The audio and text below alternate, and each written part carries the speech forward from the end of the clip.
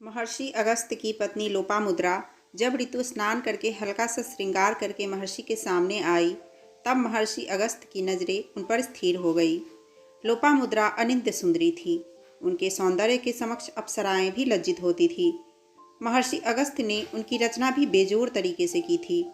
प्रत्येक जानवर के श्रेष्ठ अंग लेकर उन्होंने एक स्त्री शरीर बनाया, और जब वह बन गया तब उसे विदर्भ के राजा को उनकी याचना पर लालन पालन हेतु दे दिया। लोपामुद्रा का लालन पालन विदर्भ के महलों में हुआ। एक सुंदर शरीर को जब महलों का विलास मिल जाता है, तब उसका सौंदर्य 100 गुना बढ़ जाता है। लोपामुद्रा का यौवन भी रात रानी की तरह महकने लगा था। जब महर्षि अगस्त्य को महसूस हुआ कि अब उन्हें संतानोत्पत्ति करनी है, तब उन्होंने अपनी कृति लोपामुद्रा की याद आई। वे विदर्भ के राजा के पास गए और अपनी कृति का हाथ मांग लिया। राजा विदर्भ पुत्री के मुंह में पड़कर उनका आग्रह टालना चाहते थे, मगर वे महर्षि अगस्त्य की शक्तियों से भली भांति परिचित थे, इसलिए टाल नहीं पाए। उन्होंने रानी से भी मंत्रणा की, पर कोई समाधान नहीं निकला। महर्षि के कोप से बचने के लिए स्वयं लोपामुद्रा आगे आई और पिता से कह दिया कि वे उनका कन्यादान कर दे। उस समय वह राजकुमारी के राजसी वस्त्र और आभूषण पहने हुए थी। लोपामुद्रा को राजसी वैभव में देखकर महर्षि अगस्त्य ने कहा, मेरी कुटिया में तुम्हें एक तपस्विनी बनकर रहना होगा, और एक तपस्विनी के लिए रेशमी वस्त्रों और आभूषणों की क्या आवश्यकता है। लो, ये वल्कल वस्त्र धारण कर लो, और ये गहने तथा आभूषण यहीं छोड़ दो। महर्षि की बात सुनकर लोपामुद्रा ने एक पल भी नहीं लगाया उन विलासिता की सामग्री को त्यागने में, और वह जूट की बनी धोती में महर्षि के साथ चलने को उद्यत हो गई। महर्षि अगस्त्य की कुटिया में लोपामुद्रा एक तपस्विनी की तरह रहने लगी। दोनों पति पत्नी अभी भी ब्रह्मचर्य व्रत का पालन कर रहे थे। एक दिन जब लोपामुद्रा ऋतु स्नान करके महर्षि अगस्त्य के सम्मुख आई, तो महर्षि उनके आकर्षण से बच नहीं सके और उन्होंने अपने हाथ आगे बढ़ाकर लोपामुद्रा को पकड़ना चाहा। लोपामुद्रा सकुचाते लजाते मुस्कुराते हुए पीछे हट गई। क्या बात है लोपा, पीछे क्यों हट गई? हम दोनों गृहस्थ आश्रम में हैं और गृहस्थ धर्म के अनुसार संतति उत्पन्न करना हमारा कर्तव्य भी है। आओ, हम अपने दायित्व का निर्वाह करें। महर्षि अगस्त्य आगे बढ़ते हुए बोले, क्षमा करें स्वामी, मैं एक तपस्विनी के आभूषण और वस्त्र पहनकर समागम नहीं कर सकती हूँ। समागम के लिए उपयुक्त वातावरण का होना आवश्यक है। समागम के लिए मैं एक राजकुमारी जैसे वस्त्र आभूषण और राजमहल जैसा ही वातावरण चाहती हूँ।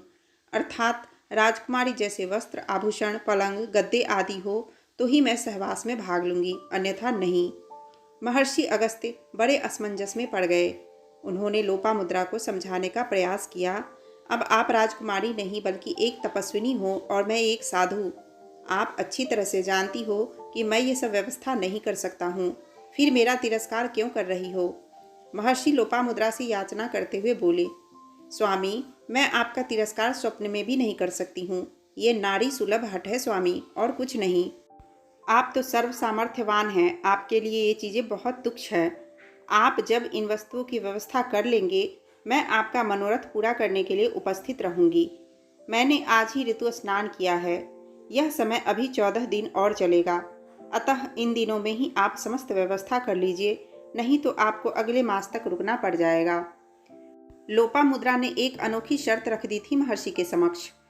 लोपामुद्रा की भावनाओं और उसके अधिकारों की रक्षा करते हुए महर्षि अगस्त्य उन वस्तुओं की व्यवस्था करने के लिए घर से निकल गए।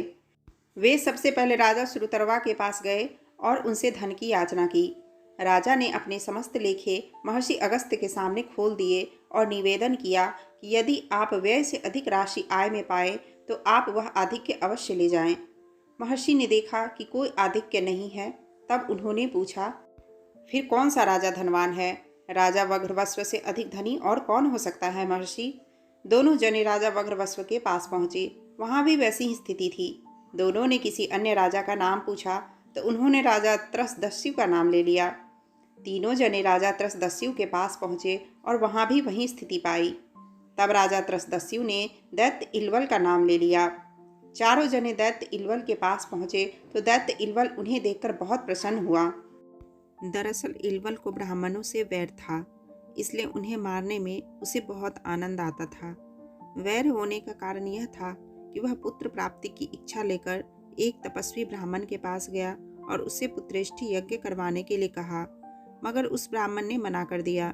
बस इसी से वह ब्राह्मणों से चिढ़ गया और उन्हें मारने लग गया।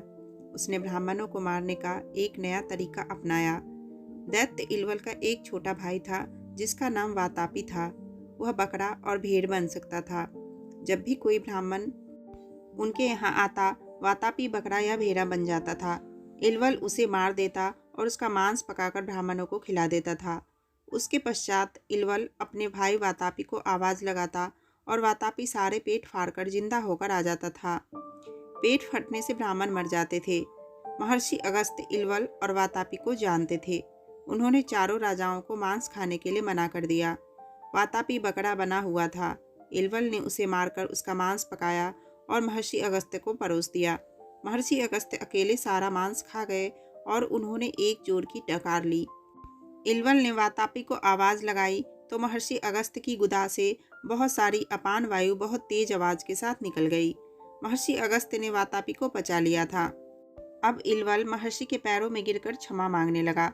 तब महर्षि ने उससे धन मांगा और इलवल ने महर्षि को बहुत सारा धन दे दिया। उस धन से महर्षि अगस्त्य ने लोपामुद्रा के लिए वस्त्र, आभूषण, श्रृंगार का सामान और अन्य वस्तुएं क्रय की। उन्हें देखकर लोपामुद्रा अत्यंत प्रसन्न हुई। लोपामुद्रा रेशमी वस्त्र पहनकर, आभूषण धारण कर और श्रृंगार कर महर्षि के पास समागम हेतु आई। तब दोनों ने समागम किया और अगस्त्य जी ने लोपामुद्रा के गर्भ में अपना बीज स्थापित किया।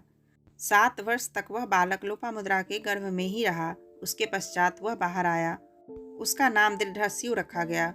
दृढ़स्यु पैदा होते ही वेद उपनिषदों के ज्ञाता हो गए और उन्होंने बहुत ख्याति पाई।